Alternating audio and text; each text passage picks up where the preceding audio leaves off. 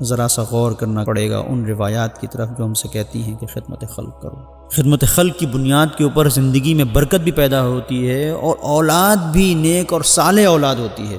ظاہراً آیت اللہ مرشی کے بیٹے نے سوال کیا تھا کہ بہجت سے، مقدس اردبیلی کے سلسلے سے، کیا شخصیت مقدس اردبیلی کی؟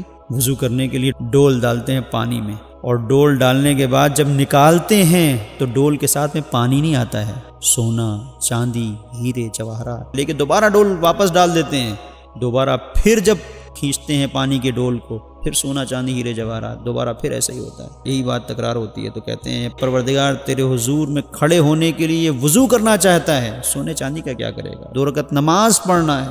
یہ شخصیت ہے مقدس اردبیلی کی۔ آیت اللہ بہجت فرماتے ہیں کہ 3 چیزیں تھیں جن کی بنیاد کے اوپر مقدس اردبیلی بنے۔ پہلی چیز رزق حلال، جو کچھ بھی باپ نے لا کے دیا رزق حلال، گھر میں جو کچھ بھی ماں نے بنایا رزق حلال۔ دوسری منزل، جب مقدس اردبیلی شکم مادر میں تھے تو ان کے سلسلے سے ملتا ہے کہ والدہ بلا ناغا زیارت عاشورہ پڑھا کرتی تھیں، زیارت امام حسین علیہ السلام، اور اگر کبھی توانائی نہیں ہوتی تھی تو جتنا ہو سکتا تھا مختصر کر کے پڑھتی تھی، السلام علیکہ یا عبداللہ، اتنا بھی اگر ہم کہہ دیں گے تو روایات میں ہے کہ ہماری زیارت ہو گئی۔ تیسری چیز آیت اللہ بہجت بیان کرتے ہیں کہ باپ پڑھے لکھے تھے، اس دور کے دانشور ترین افراد میں مقدس اردبیلی کے باپ کا نام آتا تھا، لیکن آپ کی سیرت یہ تھی کہ جہاں پر جاتے تھے پڑھاتے تھے، درس دیتے تھے، جب درس ختم ہو جاتا تھا شام ہوتی تھی تو شام کے وقت میں آ کر گھر کے باہر بیٹھ جاتے تھے کہ کہیں کوئی مشکل میں تو نہیں ہے، لوگوں کی مشکلوں کو حل کرنا کام سمجھتے تھے۔ تو یہ منزل ہے، اس کی بنیاد کے اوپر پروردگار نے